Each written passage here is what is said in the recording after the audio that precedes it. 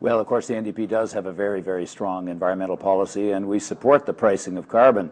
You know, the reports that the Suzuki Foundation has put out recommend alternatives, and we welcome the discussion. One of the approaches that was recommended by his foundation was what's called cap and trade, which involves putting a strict limit on the big polluters and then making them pay for the pollution that they produce. All of that money then, in our plan, would go towards the solutions that would help people be part of reducing greenhouse gas emissions. Things like helping weatherize homes right across the country, creating thousands and thousands of jobs for Canadians and reducing their bills and greenhouse gas emissions at the same time. A plan for green cars to be produced here. More money for transit, which of course the NDP has already successfully pushed for. As well as renewable energy sources to replace these terrible polluting sources that we get from coal and the tar sands.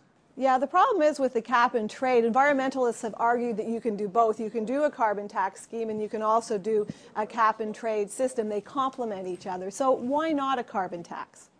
Well, I'm not so sure that they complement each other necessarily. The cap and trade moves much more quickly. I've heard some people suggest that it's a slow process. Those were the people who were in government for a long period and didn't act. The fact is that these programs exist in Europe.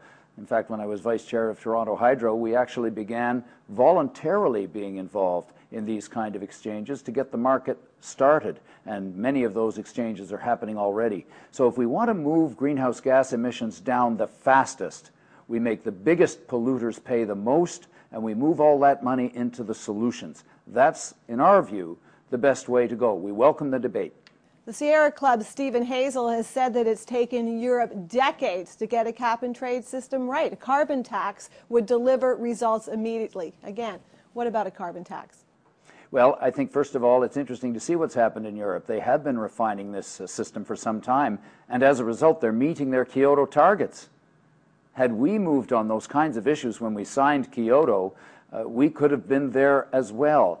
When the NDP put forward our comprehensive plan 4 years ago that included cap and trade, that was signed on, all the environmental groups said it was the best. The Sierra Club at the time said it was the best program available, and it's the same program we're advocating now. We could have achieved our Kyoto targets if those strategies had been put in place. Now, of course, we've fallen badly behind.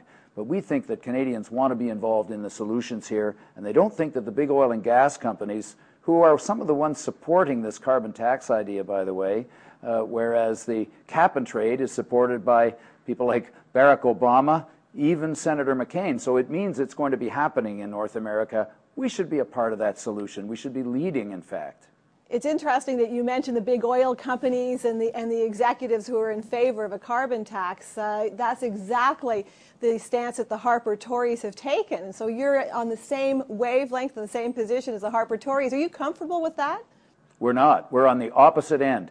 Mr. Harper has his head stuck in the tar sands. He's shoveling subsidies into Imperial Oil that is scoring the highest corporate profits ever at the same time as they gouge people at the pump. And he's also going to fast-track one of the largest tar sands projects. It's on his desk right now. It's called the Curl Project, and he's going to sign off before the end of the first week in June to add more tar sands capacity. This is completely wrong. That project should not be approved and fast-tracked. The NDP is on the opposite end of the spectrum from Mr. Harper. Now, this is a very interesting debate, and it's a very interesting issue. It seems to be splitting the left. Do you agree with that? Oh, no, I think what's happening here is there are various people bringing forward ideas about how we can put a price on carbon. And we welcome that discussion. It's a good discussion. And I encourage people to engage in it. We've sided with the strict cap on big polluters and forcing them to pay, moving all the money through a full auction of the credits into the solutions. It's the system that's working the best and producing the best results. It's where the Americans are going to go under the leadership of whether it's Obama, who's been very clear on it, or even Senator McCain, should he end up in the White House. So let's be part of that. It's the strategy that's been adopted by Gary Dewar in Manitoba, and it's winning converts the more people think about it, and we welcome the debate. We welcome the debate amongst our friends. Let's get it right.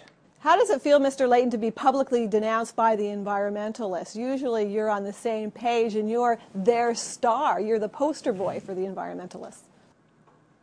Well, for example, when we came forward with a concern about biofuels and the way in which that was unfolding, it was actually the NDP that stepped out on that one, and then we had discussions, and more people have come to agree. I think this kind of respectful debate is good.